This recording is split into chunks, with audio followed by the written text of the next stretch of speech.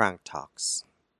Pag OFW talaga ay pinaplano. Hindi porke Mm. gusto mong maging OFW tapos ang unang papatay kasi sa atin talaga is yung lungkot, 'no? Yes, Ang unang emotional magpapahina ng loob natin, tapos yung lungkot. Then, yun, kapag student talaga wala pa talaga tayong kita, pero kahit ngayon nga, 'di ba, parang habang tumatagal ako sa Japan, parang ang nangyayari pala kapag tumatagal tayo sa Japan is, hindi talaga pang personal talaga yung pera na kinikita natin, Frank, 'no?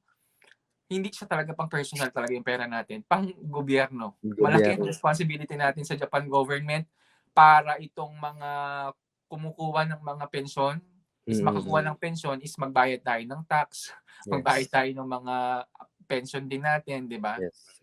Wherein mare-receive or makukuha naman natin din kung uuwi tayo o mag-decide tayong umuwi. Pero